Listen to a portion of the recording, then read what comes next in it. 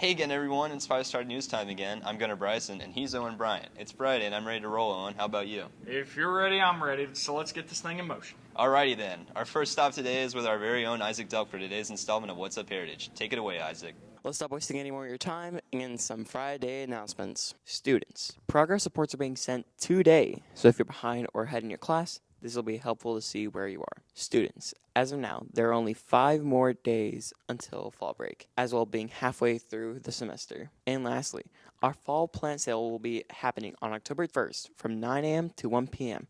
So if you want to find something nice for yourself, stop by and support your generals. Now, let's get on to the weather, and this will be especially important, especially with a hurricane coming in. For Friday, it'll be cloudy with highs 74 and a low 54. On Saturday, we should expect some heavy rain with winds with a high of 66 and a low 55. And for Sunday, it'll be cloudy with some wind with a high of 67 and a low 54. Now back to the anchors for more news.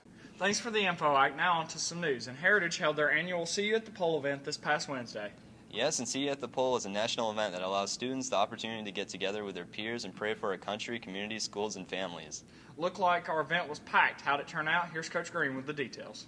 You guys can wrap up that prayer, and then we're going to start praying for our families. Your light and shine in the dark sky. And Oh, it's outstanding. We're so thankful to be able to gather again and do the See You at the Pole event and join students around the nation, around the world, and even here in our local community in prayer for the different areas. Please bow your heads with me. It was good. So we had a bunch of kids come out, and we got to pray over our community and our school and our world. So it was pretty good. We prayed about like different things like our world and our Georgia and Ringgold and our school and family. So and then we prayed about, we had a couple of verses, and this is just something that we do. The whole nation does it. We all know we all stand in need of prayer. Just so it's humbling, it's awesome, it's encouraging to see so many students gather and be willing to pray in front of their peers. And we all know it's hardest to speak in front of your peers, and especially to seek the face of the Almighty on others' behalf and in front of your peers. What was your favorite part about the event? Just getting to see everybody come together and pray. Thankful to Jeremy Wynn for singing, open us up in song this morning. I am able, and I will sing of the goodness of God. I love your voice. I love your voice. You have led me through the fire.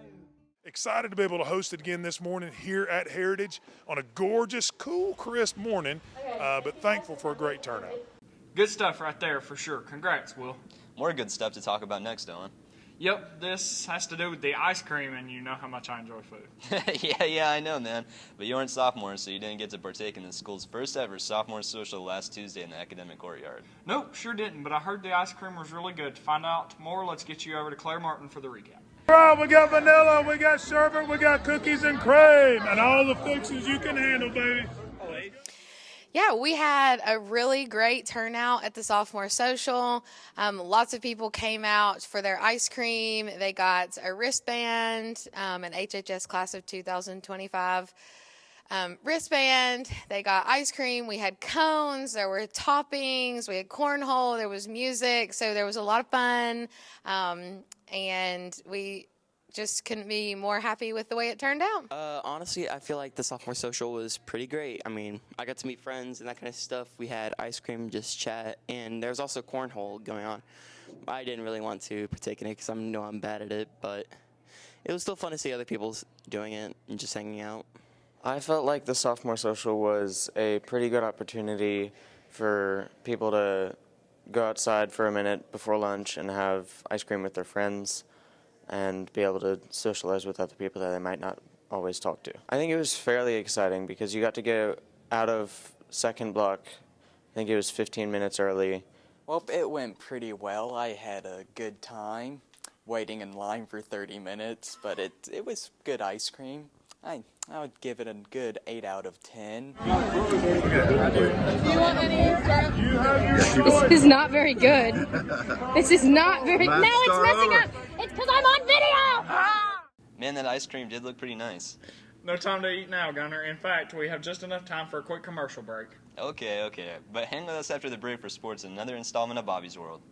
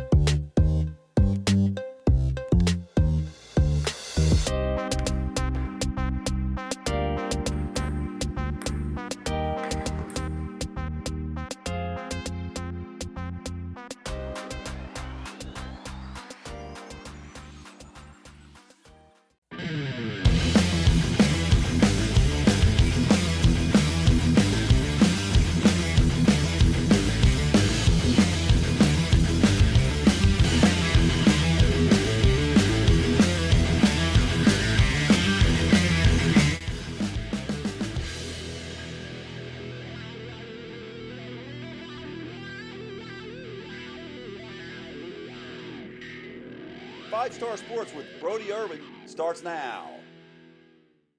Welcome into Sports Generals. You know me by now, so let's jump into some heritage sports. And we'll start you off this morning with football. And our Generals found out late Tuesday night that this week's game with Southeast Whitfield would be played on Thursday night because of inclement weather in the forecast for Friday. So Coach Slaughter's boys put in their undefeated record on the line last night against the Raiders so they could stay unbeaten. Here's Coach Green with the game recap.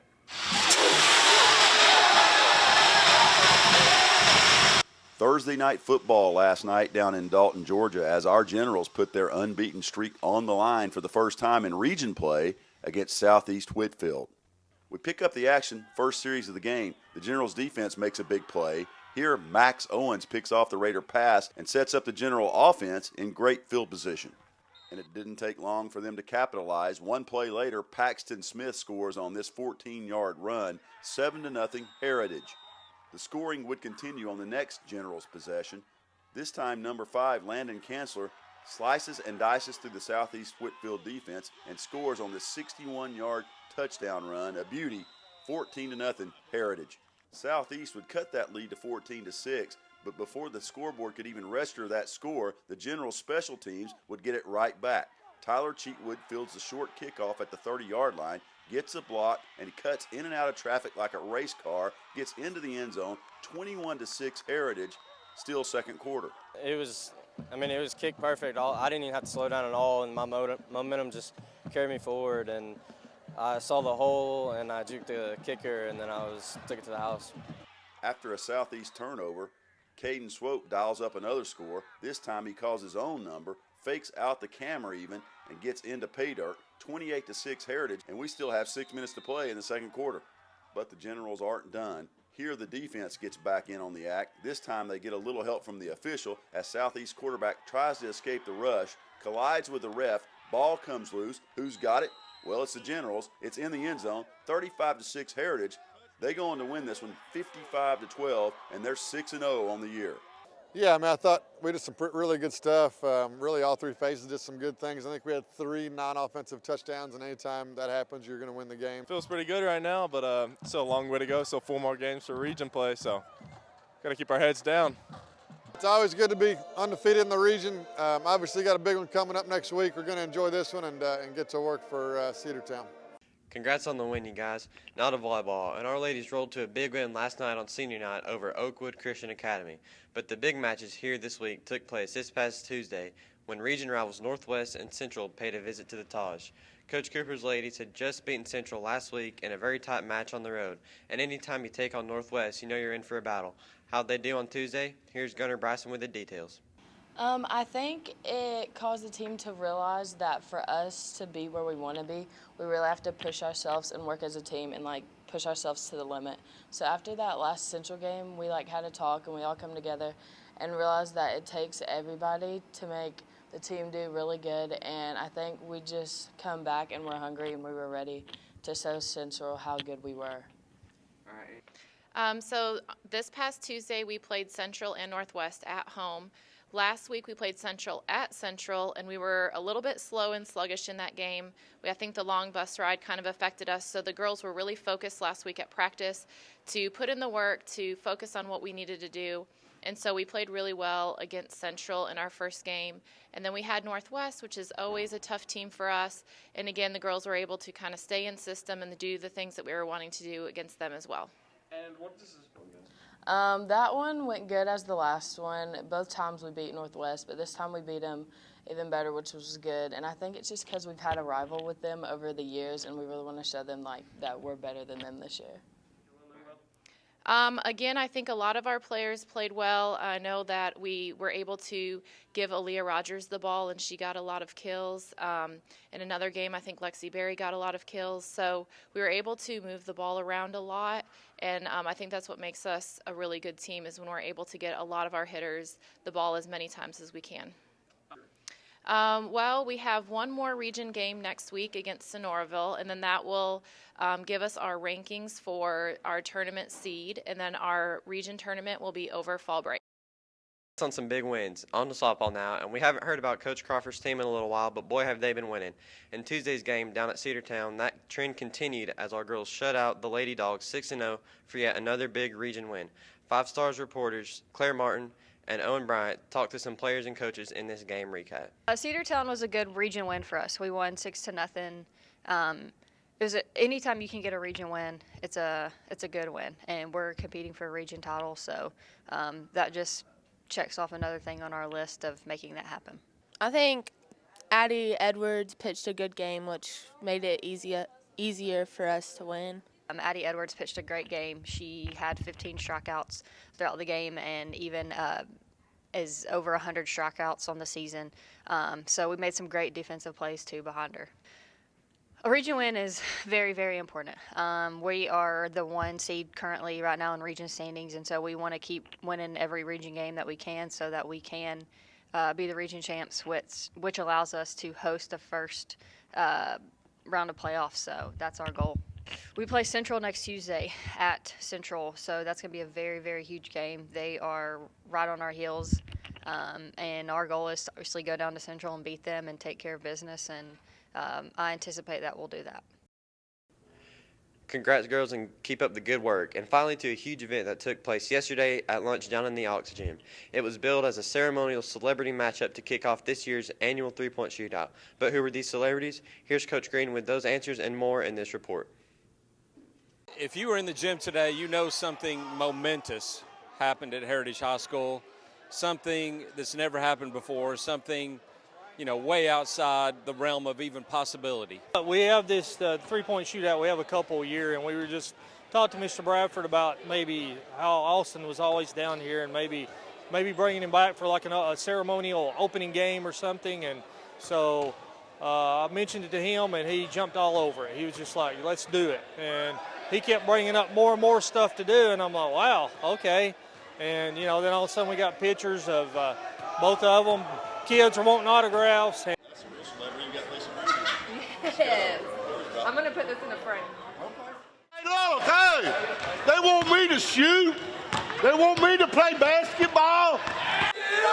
Take it up! Take it! Celebrity shootout right here. We got Will Rydell and J.D. Black against the one and only Austin Jones, greatest self-proclaimed shooter in the history of HHS, and the one and only Bobby Hunt. All right, here we go.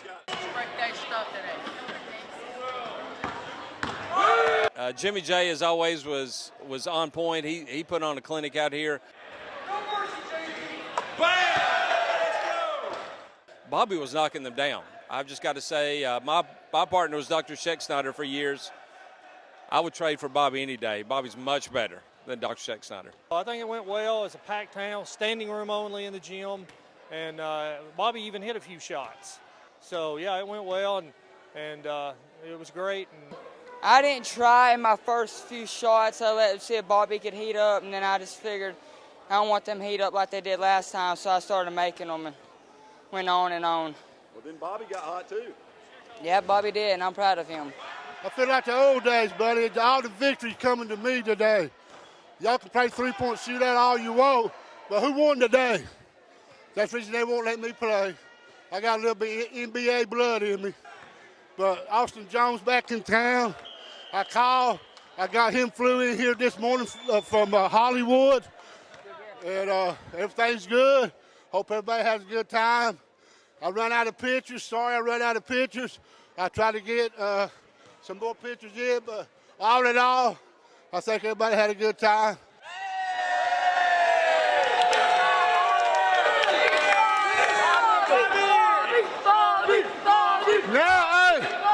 Now tomorrow, y'all can play three-point shootout all you want.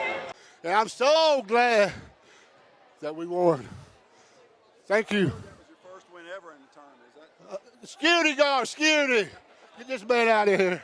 Thanks for sports, Brody. Our generals teams are on fire right now. Now back to some news and entertainment news to be more specific. Yes, it's Friday, and that brings us into our special world we call Bobby's World. Oh yeah, baby. Here's Ethan Penner and Riley with our very own Bobby Hunt. Take it away, guys. Woo! I'm back, baby. I'm back.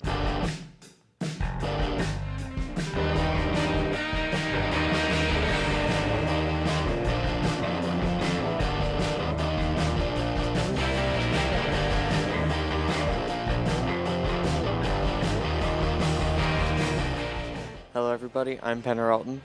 I'm Bobby Hunt. And welcome to our 7th episode of Bobby's World.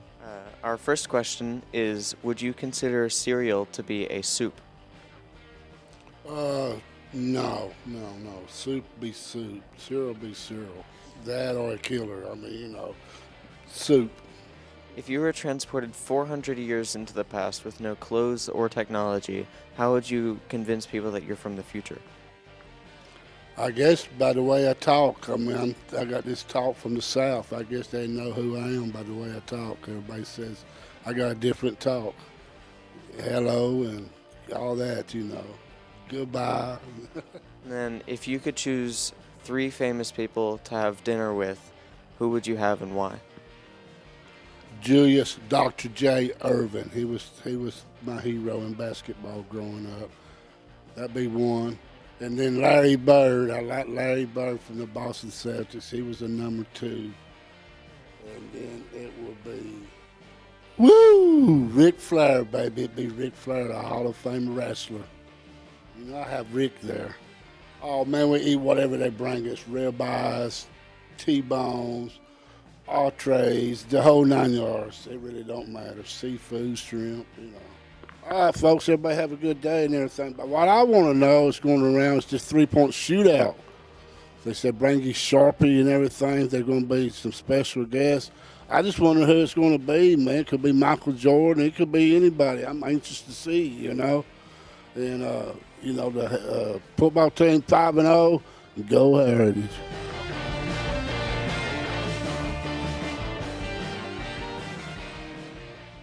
And that's all we have for this Friday edition of the 5 Star News. We'll see you next Tuesday, but until then, stay classy, Heritage.